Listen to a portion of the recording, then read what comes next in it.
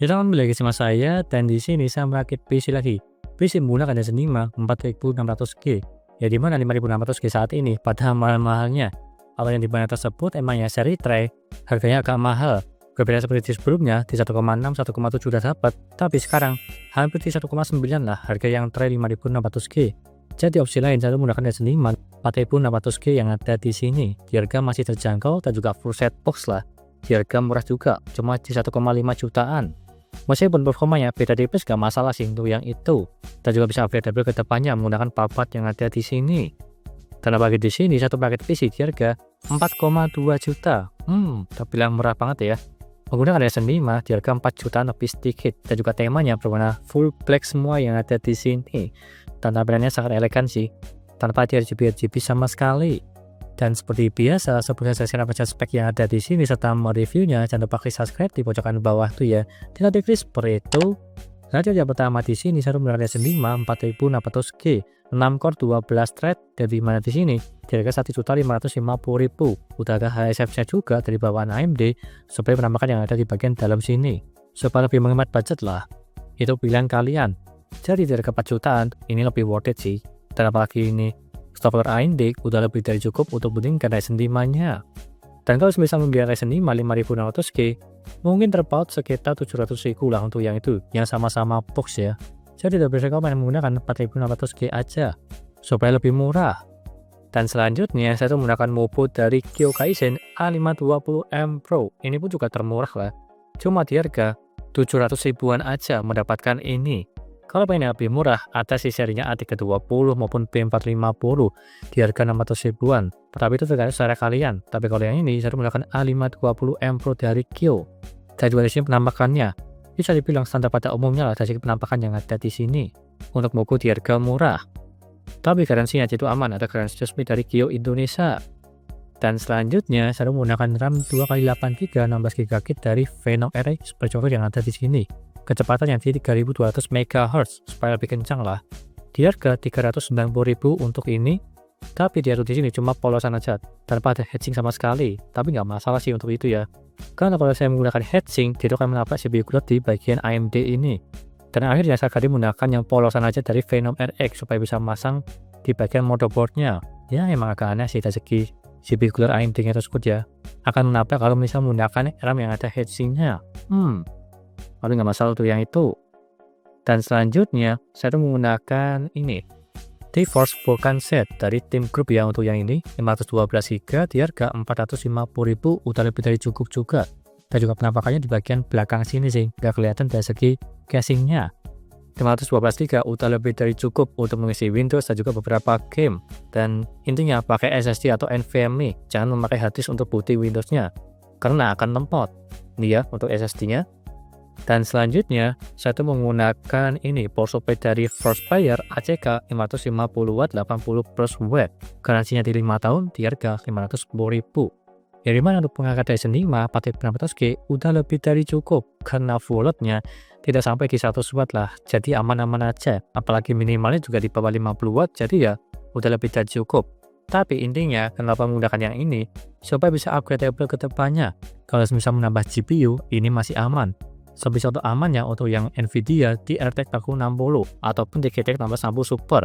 Tapi kalau yang di AMD di RTX 6600 itu udah aman. Jadi bisa lah untuk upgradable meskipun menggunakan power supply yang harga terjangkau, tapi ini juga berkualitas. Brand dari Frostfire. Dan selanjutnya saya tuh menggunakan casing dari GeMax Infinity Mini di harga 400.000 berwarna hitam.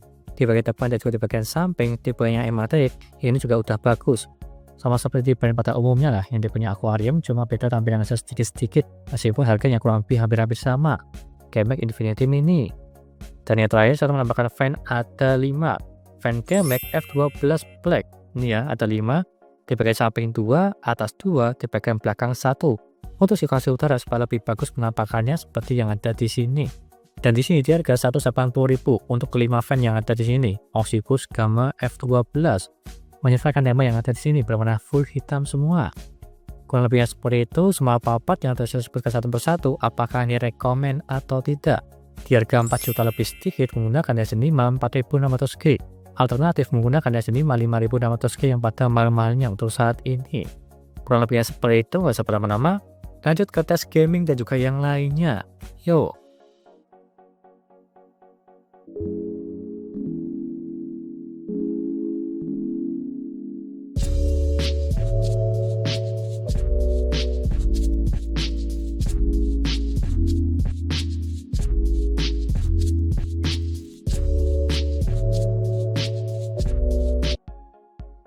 Dan lanjut yang pertama, dari segi kristal T-Mark untuk mengecek kecepatan SSD ini, yang dimana membacanya mendapatkan di 558 dan juga menulisnya di 509. Dan kalau kita bandingkan yang ada di website, yaitu up-to-nya 540/470. Dan kalau kita bandingkan, dia itu melebihi semua dari segi membaca maupun menulisnya. Bisa dibilang ini bagus. Dan lanjut ke HP monitor menggunakan stok cooler AMD untuk mendinginkan Ryzen 5 4600G, yang dimana minimalnya mendapatkan di 36 derajat dan juga maksimalnya di 70 derajat. Untuk minimalnya cuma dimanja di desktop, tidak ngapa-ngapain, masih di bawah 40 derajat, terbilang ini dingin. Dan apalagi ini maksimalnya juga sama dingin, yang dimana ini saat tes di Geekbench dari yang mentok paling tinggi cuma di 70 derajat, ini pun bagus. Lanjut ke gaming, yang pertama GTA 5. Settingan 1080p dan juga settingan normal, dia tuh mendapatkan di 65 fps. Terbilang ini lancar jaya. Meskipun di settingan rata kiri, ini pun juga masih sanggup di gamenya GTA 5. Dan kalau misal di game GTA Roleplay, itu pun berat, jadi lebih aman di game GTA 5 biasa untuk yang ini. Lanjut ke Genshin Impact, settingan 1080p dan juga settingan low, dia tuh mendapatkan di 53 fps. Ini pun juga udah cukup bagus, mendapatkan hampir di 60 fps. Meskipun di settingan rata kiri, ini ya wajar sih, karena menggunakan eGPU aja. Dan masih untung mendapatkan di atas 50 fps di gamenya Genshin Impact.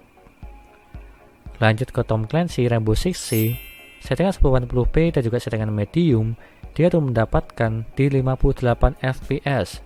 Ini pun juga udah cukup bagus, hampir menyentuh di 60 fps. Dan kalau misalnya pengen lebih di atas 60 fps, silahkan disetting ke settingan low aja, supaya lebih agak smooth sedikit lah di 70-an fps untuk yang ini di game Tom Clancy Rainbow Six Siege. Dan lanjut ke Assetto Corsa, settingan 1080p dan juga settingan low, dia tuh mendapatkan di 61 fps. Ini pun juga udah cukup bagus. Settingan rata kiri mendapatkan di atas 60 fps di game balapan Assetto Corsa. Dan lanjut ke Counter-Strike 2, settingan 1080p dan juga settingan low, dia tuh mendapatkan di 91 fps. Ini pun juga terbilang cukup lancar, dan apalagi gamenya ringan, ya masih wajar sih untuk yang ini. Settingan rata kiri hampir menyentuh di 100 fps. Kalau semisal di medium juga masih bisa lah, mungkin di 50 sampai di 60 fps di gamenya Counter-Strike 2. Dan yang terakhir di Dota 2, settingan 1080p dan juga settingan low, dia tuh mendapatkan di 91 fps.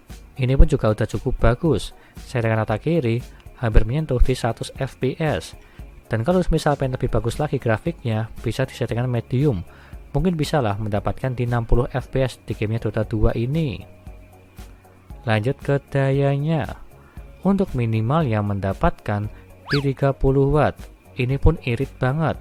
Dalam posisi tidak ngapa-ngapain di desktop diam aja, dia mentok paling bawah cuma di 30 watt. Dan apalagi ini maksimal yang mendapatkan di 78 watt. Untuk yang ini saya tes di gaming ya, dan dia mentok paling tinggi di bawah 80 watt, ini pun juga irit banget. Tapi tergantung part-part yang kalian pakai. Kalau PC yang ada di sini, dia itu tanpa RGB dan apalagi power supply yang menggunakan 550 watt udah lebih dari cukup. Dan lanjut ke kesimpulannya. Untuk yang ada di sini mendapatkan 4 jutaan atau lebih tepatnya di 4,270 ribu, mendapatkan Ryzen 5 4600G dan juga bisa upgradeable ke depannya, tampilan full black dan serta hemat daya, terbilang ini rekomen. Yang dimana tersebut untuk PC ketik-ketik, kantoran, warnet, ini rekomen. Performanya kencang dan juga hemat daya.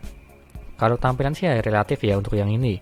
Ada yang suka full black, full white maupun di RGB. Tergantung selera kalian. Dan juga ini PC-nya untuk bermain game-game online seperti Dota 2, Tom Clancy, Valorant, CS. Ini pun juga masih aman-aman aja. Bisa mendapatkan di atas 60 fps tergantung settingannya. Intinya seperti itu, dan semua listnya ada di sini. Dan juga semua linknya ada di deskripsi. Silahkan beli aja jika lo berminat untuk part-part yang ada di sini semua menggunakan Ryzen 5 4600G dengan tampilan full hitam. Sekian dari saya, jangan lupa like dan subscribe, dan nantikan video lainnya mengenai rakit PC Intel maupun AMD, gaming maupun editing, dan juga jangan lupa share ke teman-teman kalian yang mau rakit PC tinggal DM aja. Terima kasih sudah menonton.